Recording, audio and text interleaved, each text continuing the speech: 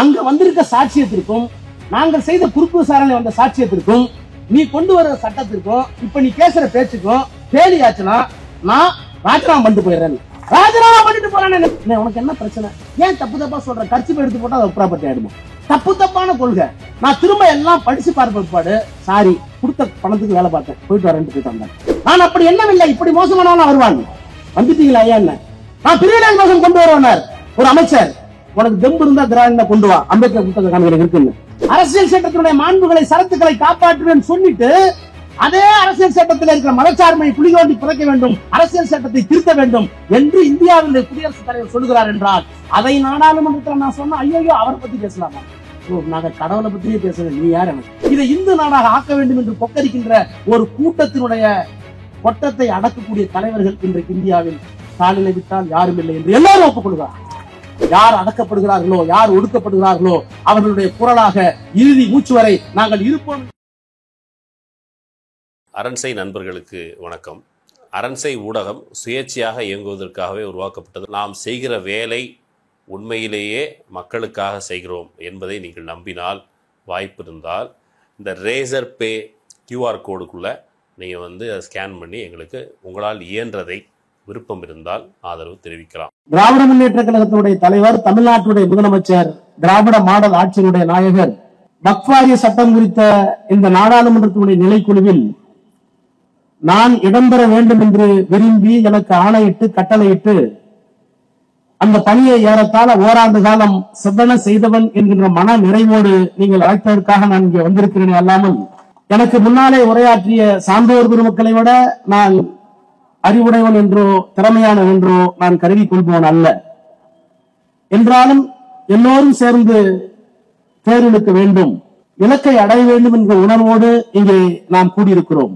நம்முடைய சுபவி அவர்கள் இங்கே பேசுகிற போது சொன்னார், அரசியல் சட்டத்தை எழுதிய அரசியல் சட்டத்தினுடைய வரைவு குழு தலைவர் அம்பேத்கரை போற்றுகிறோமே, அவர் பெயரால் இன்றைக்கு பாரதிய ஜனதா கட்சி உட்பட விழா எடுக்கிறார்களே, அந்த பெருமகனாரை நாடாளுமன்றத்திற்குள்ளே அரசியல் நிர்ணய சபையிலே அனுப்பி வைத்த பெருமை இஸ்லாமியர்களுக்குத்தான் உண்டு என்பதை இங்கே கோடிட்டு காட்டினார்கள். எனவே நான் அரசியல் நிர்ணய சபையிலே இருந்து தொடங்குகிறேன். முதலில் நான் யாருக்கு நன்றி சொல்ல வேண்டும் என்று சொன்னால், இந்த வக்ஃப் வாரிய சட்டத்தினுடைய முதல் கூட்டம் டெல்லியிலே கூட்டப்பட்டு ஒவ்வொரு மாநிலமாக சுற்றுப்பயணத்தை மேற்கொண்டோம். குஜராத் மாநிலத்திற்கு இந்த குழு செல்லுகிறது. குஜராத் மாநிலத்திற்கு குழு செல்லுகிறது என்று சொன்ன உடனேயே எங்களையும் அறியாமல் எங்களுக்கு ஒரு படபடப்பு, மோடியினுடைய ஊர் அல்லவா, அங்கே போகிறோம் என்று. அதே தேதியில் தமிழ்நாட்டுடைய முதலமைச்சர் டெல்லிக்கு பிரதமரை சந்திப்பதற்காக டெல்லி வருகிறார். திராவிட முன்னேற்ற கழகத்தினுடைய பொருளாளர், மக்களவை குழுவினுடைய தலைவர் அண்ணன் டி.ஆர். பாலு அவர்கள் எங்களுக்கு ஒரு தாக்கீது அனுப்புகிறார், முதலமைச்சர் வருகிறார், நாடாளுமன்ற உறுப்பினர்கள் தவறாமல் டெல்லியில் இருக்க வேண்டும் என்று. நான் அவரிடத்திலே சொன்னேன், முதலமைச்சரிடத்திலே கேட்டு சொல்லுங்கள், நான் குஜராத்திற்கு செல்வதா டெல்லியில இருப்பதா என்று கேட்டேன். முதலமைச்சரே என்னுடைய தொலைபேசிக்கு நேரில் வந்தார். முதலமைச்சரை டெல்லியில் வரவேற்பதல்ல உங்கள் வேலை, இந்த நாட்டில் இருக்கிற 15% இஸ்லாமியர்களின் உரிமையை காப்பதுதான் உங்கள் வேலை, நீங்கள் அங்கே செல்லுங்கள் என்று சொன்னார். எனவே முதலில் அவருக்கு என்னுடைய நன்றியை, வணக்கத்தை, பாராட்டுதலை என்னுடைய சார்பிலும் உங்கள் சார்பிலும் நான் தெரிவிக்க விரும்புகிறேன். அரசியல் நிர்ணய சபையிலே என்ன நடந்தது என்பதை நாடாளுமன்றத்திலே நான் சொன்னேன். நான் பல கூட்டங்களிலே சொல்லியிருக்கிறேன். எல்லோரும் அதை காணொலி வாயிலாகவும் காணொலி காட்சி மூலமாகவும் நீங்கள் வலைதளங்களிலே பரப்பி இருக்கிறீர்கள்.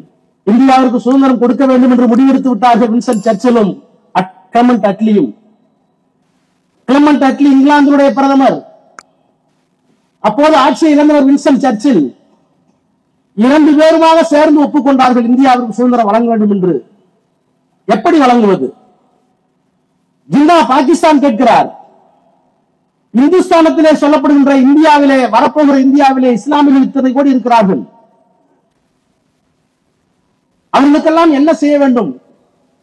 எப்படிப்பட்ட கருத்துக்களை அவர்கள் கொண்டிருக்கிறார்கள்? இந்தியாவிற்கு போய் எல்லா கட்சிகளையும் கேளுங்கள், எல்லா தலைவர்களையும் பாருங்கள், எல்லா சமூகத்தையும் பாருங்கள். நிறைவாக அங்கே இருப்பது 3 அரசியல் அமைப்பு தான். ஒன்று இந்திய தேசிய காங்கிரஸ் கட்சி, இன்னொன்று முஸ்லிம் லீக், இன்னொன்று 542 சமஸ்தானங்கள் இருந்தன.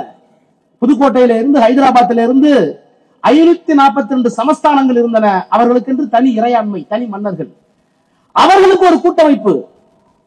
இந்த 3 தான் அரசியல் நிறுவனங்கள், பொலிட்டிக்கல் இன்ஸ்டிடியூஷன்ஸ். தனிமனிதர்களை கருத்து கேட்டதற்கு பிறகு இந்த 3 அமைப்புகளை கேளுங்கள் என்று சொன்னபோது கிறிஸ் தூதுக்குழு அங்கே இருந்து வந்தது. அந்த லார்ட் கிரிப்ஸ் என்கிற தூதுக்குழு வந்தபோது ஆயிரக்கணக்கான சாட்சியம் அளித்தார்கள். ஆனால் 3 நிறுவனங்கள் சாட்சியம் அளித்தன.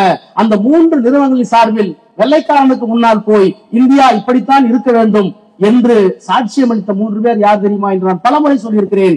மீண்டும் இங்கே பதிவு செய்கிறேன். இந்திய தேசிய காங்கிரஸ் கட்சியின் சார்பில் அன்றைக்கு வரப்போகிற இந்தியா எப்படி இருக்க வேண்டும் என்று வெள்ளைக்காரனுக்கு முன்னால் சாட்சியம் அளித்தது அபுல் கலாம் ஆசாத். முஸ்லீம் லீக் சார்பில் சாட்சியம் அளித்தது ஜின்னா. 542 சமஸ்தானங்களின் சார்பில் சாட்சியம் அளித்தது பீகார் நவாப். இந்தியாவுக்கு சுதந்திரம் எப்படி சொன்னதே 3 முஸ்லீம். அந்த முஸ்லீம் இந்த தேசத்தில் இருக்கக்கூடாது என்று கூக்குரல் எழுப்பினால் கயவர்களே, உங்களுக்கு என்ன யோகிதை இருக்கிறது? நான் இன்னொருபடி மேலே போய் சொல்லுகிறேன். பாகிஸ்தானை பற்றி பேசுகிறீர்கள், காஷ்மீரை பற்றி பேசுகிறீர்கள். அரசியல் சட்டத்தில் 370 எடுத்து விட்டோம். இந்த அரசாங்கத்திற்கு கிடைத்திருக்கிற மிகப்பெரிய வெற்றி. நாங்கள் தான் அதை செய்தோம். நேரு பஞ்சமாபாதனம் செய்தார் என்றெல்லாம் சொல்லுகிறீர்களே, நேருடைய வரலாற்றை எடுத்து படித்து பாருங்கள். அவர் எழுதிய கடிதங்கள் தனி புத்தகமாக இருக்கிறது. அவருக்கு வந்த கடிதங்கள் தொகுக்கப்பட்டிருக்கிறது பிரதமராக அரசு ஆவணங்களில். இப்படி சொன்னால் நேருவை தூக்கி வைத்து கொண்டாடுகிறார்கள் திமுக காரர்கள். நேருவோடு நாங்கள் உடன்பட்ட காலமும் இருக்கிறது, எதிர்வினை ஆற்றிய காலமும் இருக்கிறது. ஆனால் இந்த தேசத்தை ஒரு மதச்சார்பற்ற நாடாக அமைத்ததில் நேருவுக்கு இருந்த பங்கு மகத்தானது என்பதை அண்ணா ஒப்புக்கொண்டார், கலைஞர் ஒப்புக்கொண்டார், ஏன் தந்தை பெரியாரை ஒப்புக்கொண்டார். அரசியல் நிர்ணய சபையில் என்ன நடந்தது? 1951 நான் சொண்டு செல்கிறேன். இந்தியா சுதந்திரம் அடைந்ததற்கு பிறகு ஒவ்வொரு மாதமும் ஒவ்வொரு 3 மாதத்திற்கு ஒரு முறை எல்லா முதலமைச்சருக்கும் பிரதமர் எழுதிய கடிதங்கள் 47 இருந்து 63 வரை தொகுக்கப்பட்டு letter of Nehru to the chief ministers என்று தனியாக வந்திருக்கிறது.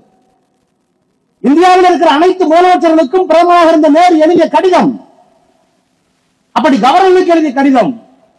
மேற்கு வங்காளத்தில் இருக்கிற கவர்னர் கைலாஷ் கட்சு என்கிற சுதந்திர போராட்ட வீரர், மேற்கு வங்காளத்தினுடைய ஆளுநர், அவர் 1951 52 2 கடிதங்களை எழுதுகிறார் நேருவுக்கு.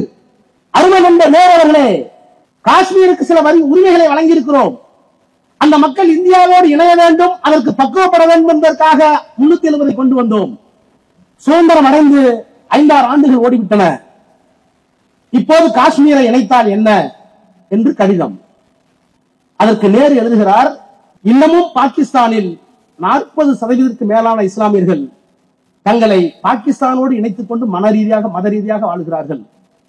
அவர்களை பக்குவப்படுத்துவதற்கு இன்னும் சில காலம் தேவைப்படுகிறது. அவர்கள் மீது தவறல்ல, அவர்களுக்கு நம்பிக்கையை ஊட்டுகிற அளவிற்கு இந்துக்களாகிய நாம் நடந்து கொள்ள வேண்டிய கடமையும் கட்டாயமும் நமக்கு இருக்கிறது. அதற்கு காலம் தேவை என்று பதிலளிக்கிறார். நேரு பண்ணல. நான் இன்னும் சொல்லட்டுமா?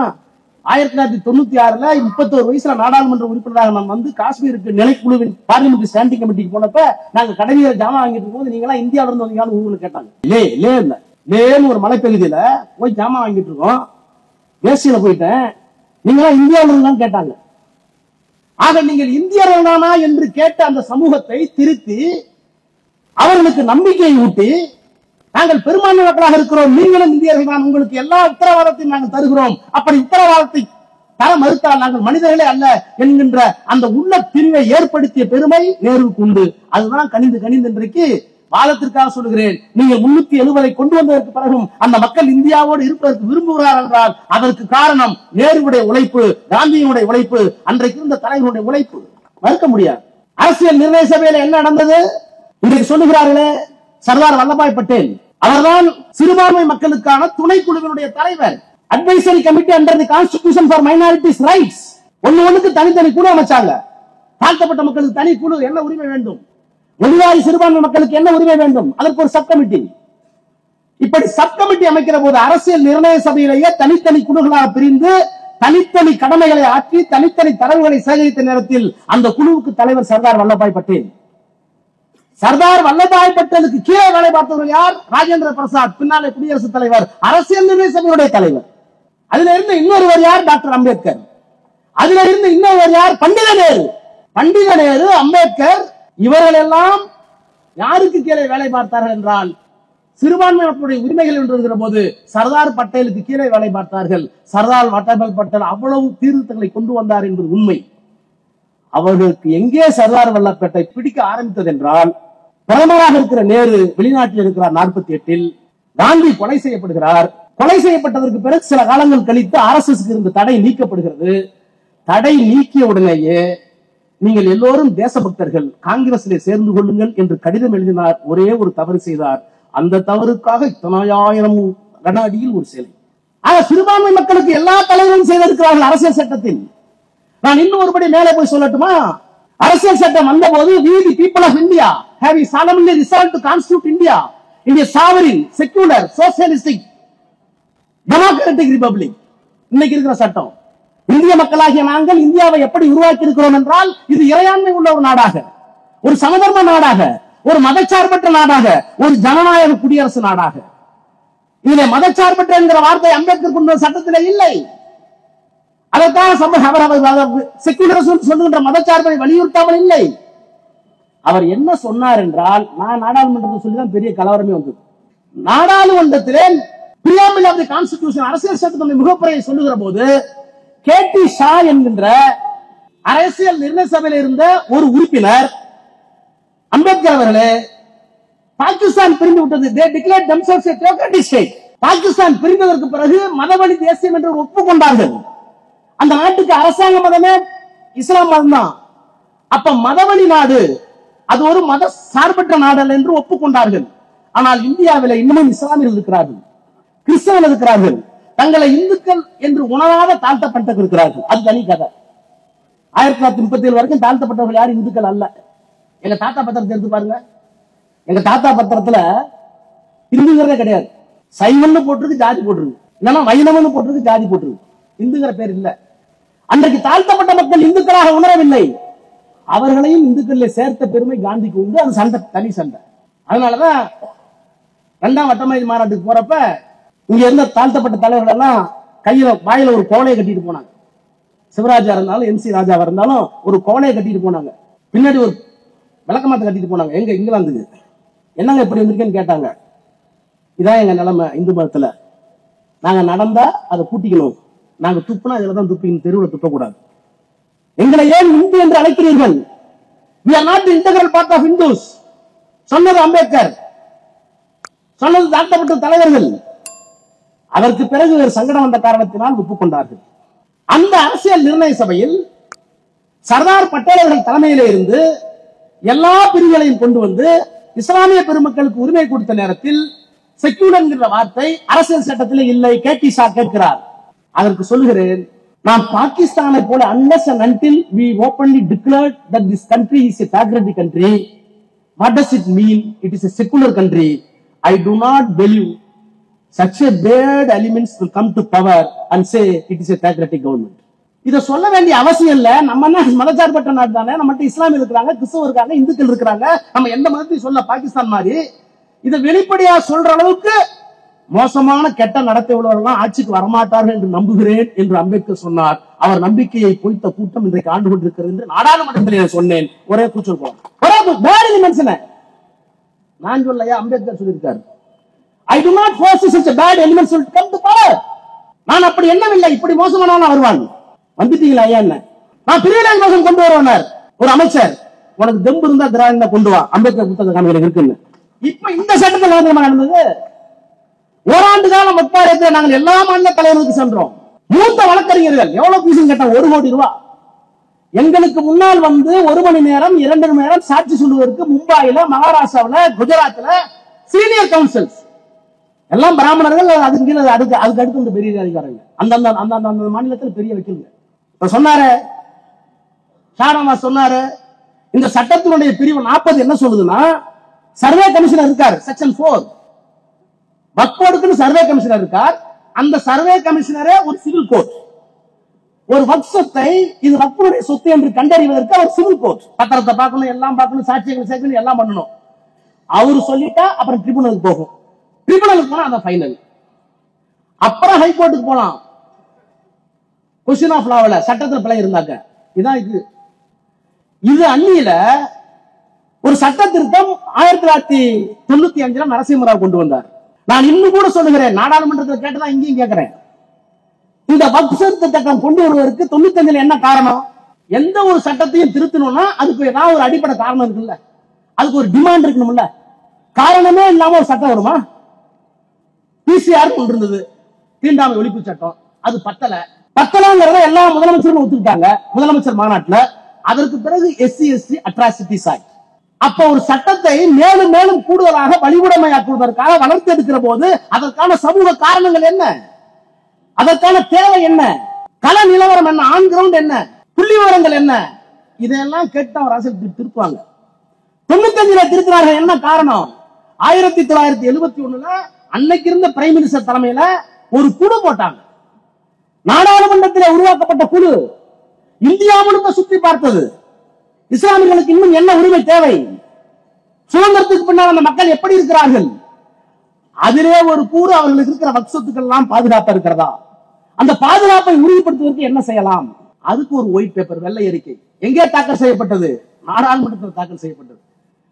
அந்த அறிக்கை 20 ஆண்டு காலம் 24 ஆண்டு காலம் தூசி தட்டப்படாமல் ஒரு கிடப்பையில கிடந்து நரசிம்மராவ் காலத்தில் என்ன காரணத்தினாலோ குரல் எழுப்பப்பட்டு அந்த வெள்ளை அறிக்கையின் அடிப்படையில் என்னென்ன தேவைகள் இருக்கிறதோ அப்போது வக்ஃப் வாரிய சட்டம் திருத்தப்பட்டு செம்மைப்படுத்தப்பட்டது. அப்படி செம்மைப்படுத்தப்பட்டதுதான் செக்ஷன் 40.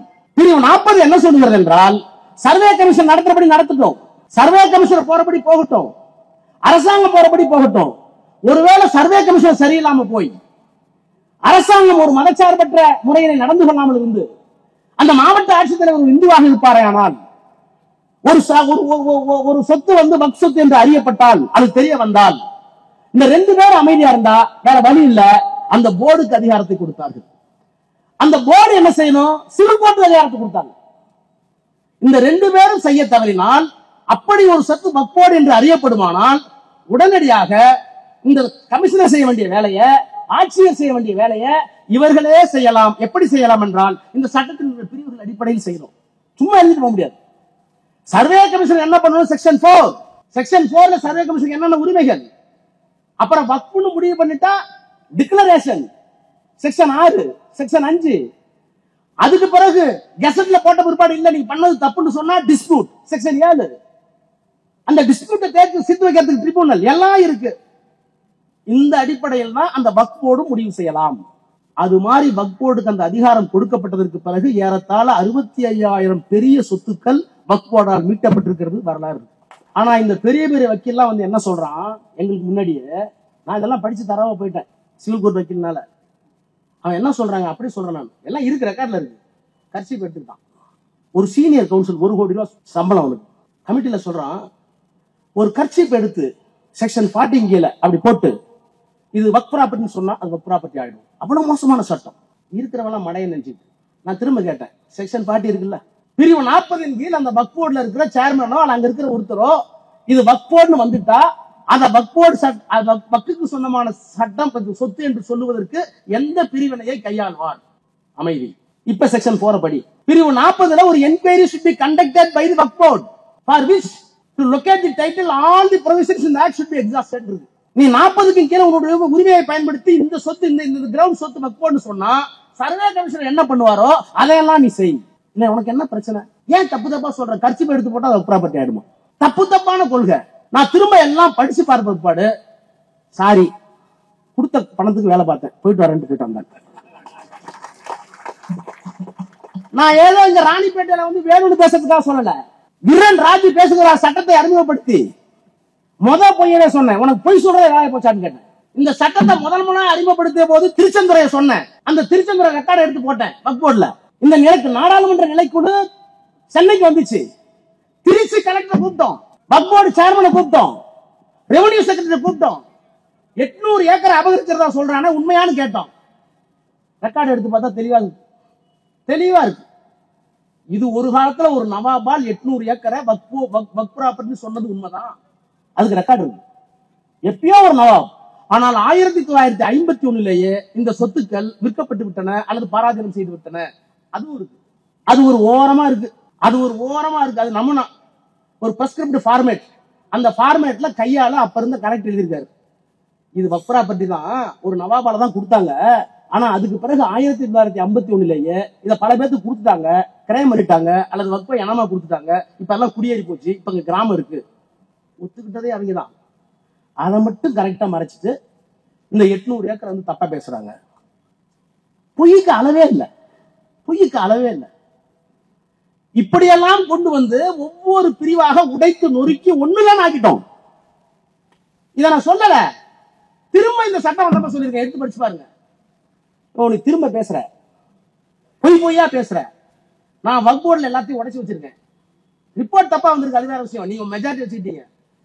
அங்க வந்திருக்க சாட்சியத்திற்கும் நாங்கள் செய்த குறுக்கு விசாரணை வந்த சாட்சியத்திற்கும் நீ கொண்டு வர சட்டத்திற்கும் இப்ப நீ பேசுற பேச்சுக்கும் தேடி ஆச்சுன்னா நான் ராஜினாமா பண்ணிட்டு போயிடுறேன். ராஜினாமா பண்ணிட்டு போறேன். நரேந்திர நாடாளுமன்றத்தில் அமித்ஷா உட்கார்ந்து இருந்தார். I am ready to resign, provided what you are talking before the parliament should tally with the report and the documents submitted to the report. கூட்டுக்குழுவுக்கு முன்னால் கொடுக்கப்பட்ட சாட்சியம் என்ன, வழங்கப்பட்ட ஆவணங்கள் என்ன, நான் குறுக்கு விசாரணை வாங்கியிருக்கிற செய்திகள் என்ன. இங்க நீ பேசுற பேசி என்ன ஊரை ஏமாத்துற, நீ எங்களை பேச விட மாட்டேங்கிற. நான் இப்பவும் சொல்றேன், அது ரெண்டையும் டேலி ஆயிடுச்சுன்னா நான் நாடாளுமன்றத்தில் ரிசைன் பண்ணிட்டு போறேன். வாயை பொத்திக்கிட்டான், இன்ன வரைக்கும் பதில் இல்லை. என்ன பார்த்து பேசுறதே இல்லையா? நான் உங்களுக்கு சொல்றேன், என்ன பார்த்து பேசுறேன் எனக்கா பெருமை.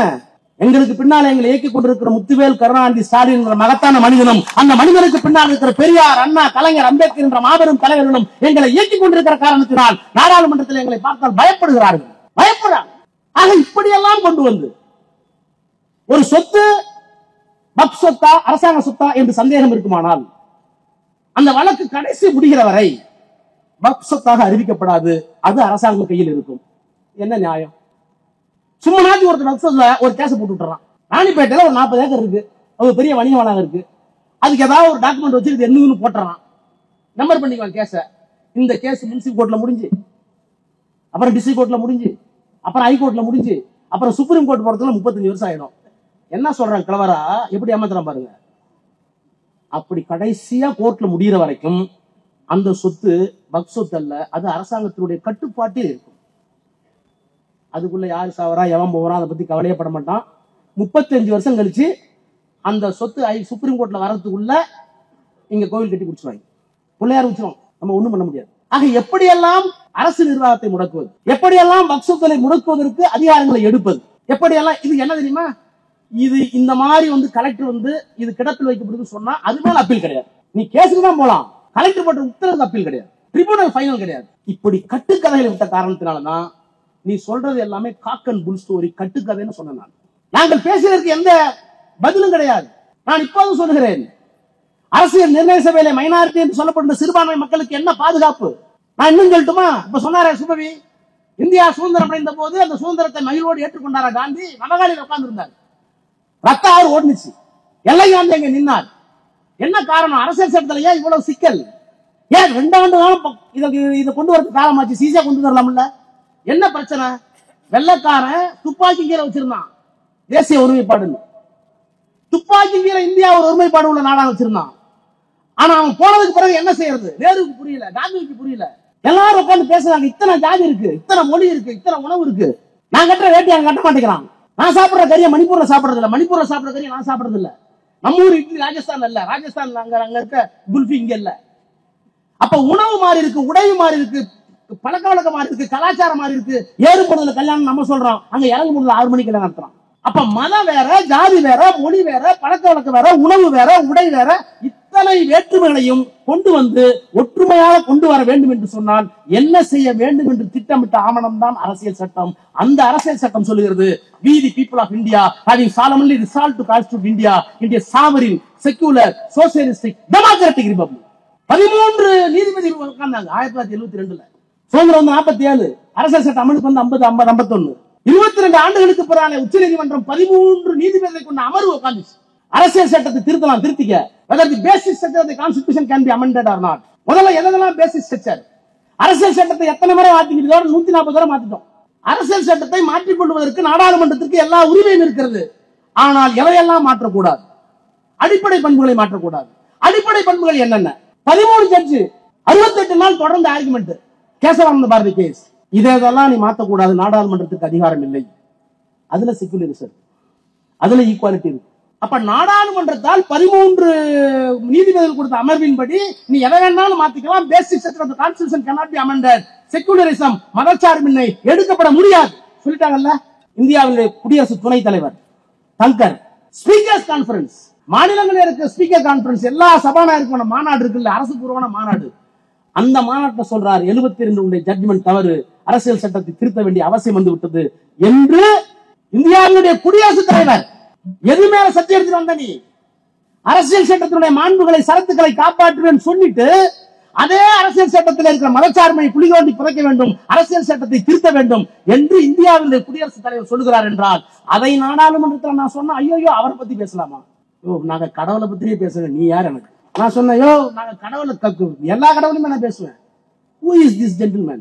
After all, தங்கர் இப்படிதான் சொன்னேன். அப்போ அரசியல் சட்டத்தை திரித்து உலுக்கிவிட்டு என்ன காரணத்திற்காக இத்தனை வேறுபட்ட மக்களை எல்லாம் கொண்டு வந்து வேற்றுமையில் ஒற்றுமை என்று கொண்டு வந்தார்களோ அந்த வேற்றுமைகளை இப்போது மேலும் செழுமைப்படுத்தி ஒற்றுமையை குலைத்து அரசியல் சட்டத்தை தூக்கி அடித்து விட்டு இதை இந்து நாடாக ஆக்க வேண்டும் என்று கொக்கரிக்கின்ற ஒரு கூட்டத்தினுடைய கொட்டத்தை அடக்கக்கூடிய தலைவர்கள் இன்றைக்கு இந்தியாவில் ஸ்டாலினை விட்டால் யாரும் இல்லை என்று எல்லாரும் ஒப்புக்கொள்கிறார். அதுக்கு ஒரு காரணம் இருக்கு. என்ன காரணம் என்றால் அந்த ஆயுதத்தை கொண்டிருக்கிற ஒரே தலைவன் திராவிட இயக்கத்தினுடைய தலைவன் முத்துவேல் கருணாநிதி ஸ்டாலின். எங்கள்கிட்ட தான் அந்த தத்துவத்தை முறியடிக்கிற, உன்னுடைய தத்துவத்தை முறியடிக்கக்கூடிய ஆயுதம் பெரியாரால், அண்ணாவால், கலைஞரால் எங்களுக்கு வடிவமைக்கப்பட்டு அம்பேத்கரால் கொடுக்கப்பட்டிருக்கிறது. அந்த தத்துவ களத்தோடு நாங்கள் இருக்கிற காரணத்தினால்தான் இந்த மாமனிதர் ஸ்டாலினை வெல்லுவதற்கு இந்திய அரசியலில் எவனும் இல்லை என்று சொல்ல காலத்துல உயரத்தை தொட்டிருக்கிறார். நம்முடைய ஆளுநர் நவாஸ் சொன்னார், ராஜா சாய்பாயிட்டாரு, அவருக்கு ஆசை சாய்பாயிட்டாரு. நான் சொல்லுகிறேன், நாம் எல்லோரும் முதலில் மனிதர்கள். ஒரு மனிதன் இன்னொரு மனிதனால் அடிமைப்படுத்தப்பட்டால், ஒரு மனிதன் இன்னொரு மனிதனால் திமிரோடு அடக்கப்பட்டால், ஆளுமை செய்யப்பட்டால், அப்படி அடக்கப்படுகிற குரலுக்காக நிற்கிற குரல் தான் திராவிடத்தின் குரல். அங்கேதான் ராஜா நிற்பான். ஒருவேளை ராணிப்பேட்டையில பெரும்பான்மை மக்களாக இஸ்லாமியர்கள் இருந்து அங்கே ஒரு 10 பேர் இந்துக்கள் கிறிஸ்தவர்கள் இருந்து அவர்கள் அடக்கப்படுவார்களானால் அடக்கப்பட்ட பக்கம் தான் நிற்பேனே தவிர சாய்வு பக்கம் ராஜா நிற்க மாட்டான். அதுதான் பெரியார் கொடுத்த திரிவு. சேகுவாரத்தை கேட்டாங்களே, சேகுவார் எங்கே பிறந்தார்? அவர் பிறந்த தேசம் அர்ஜென்டினா. எங்கே அமைச்சராக வந்தார் புரட்சிக்கு பிறகு? கியூபா. அமைச்சர் பதவியை தூக்கி எறிந்து விட்டு பொலிவியாவுக்கு போகிறார், பக்கத்து நாட்டில். அங்கே அடக்கப்பட்ட சமுதாயம் புரட்சி அடைந்து கொண்டிருக்கிறது. அந்த புரட்சிக்கு தலைமை தாங்குகிறான் ஆயுதம் ஏந்தி. அவரிடத்திலே பத்திரிகையாளர்கள் கேட்டார்கள், சேகுவாரா நீ பிறந்தது அர்ஜென்டினா, ஆண்டு கொண்டிருந்தது கியூபா, புலிகாருக்கு எந்த போராடுகிறாய் என்று கேட்டான். அவன் சொன்ன வாசகம் தான் நான் கல்லறை இன்றைக்கும் இருக்கிறது. எந்த தேசம் அடிமை கேட்டு கிடக்கிறதோ அந்த தேசத்திற்கு நான் தொண்டாற்றுவேன். அந்த தேசம் தான் என்னுடைய சொந்த தேசம். எந்த தேசம் அடிமை பெற்று கிடக்கிறதோ அந்த தேசம் என் அன்னை தேசம் என்று சொன்னான். அந்த வாசகம் இன்றைக்கும் கல்லறையில் பொறிக்கப்பட்டிருக்கிறது. நான் சொல்லுகிறேன், திராவிட முன்னேற்ற கழகத்தின் சார்பில் திராவிட நட்பு கழகமாக இருந்தாலும், திராவிட முன்னேற்ற கழகமாக இருந்தாலும், ராஜாவாக இருந்தாலும், சுபவியாக இருந்தாலும், கஸ்பராக இருந்தாலும், யார் அடக்கப்படுகிறார்களோ, யார் ஒடுக்கப்படுகிறார்களோ அவர்களுடைய குரலாக இறுதி மூச்சு வரை நாங்கள் இருப்போம் என்கிற உத்தரவாதத்தை வழங்கி நீதிமன்றத்தில் வெற்றி பெறுவோம் என்கிற உறுதியை, அந்த நம்பிக்கையை உங்களுக்கு தெரிவித்து உங்களோடு இன்றைக்கும் இருக்கிற உடன் பிறந்த சகோதரர்களாக இருப்போம் என்கிற உறுதியை, உத்தரவாதத்தை வழங்கி விடைபெறுகிறேன். நன்றி, வணக்கம்.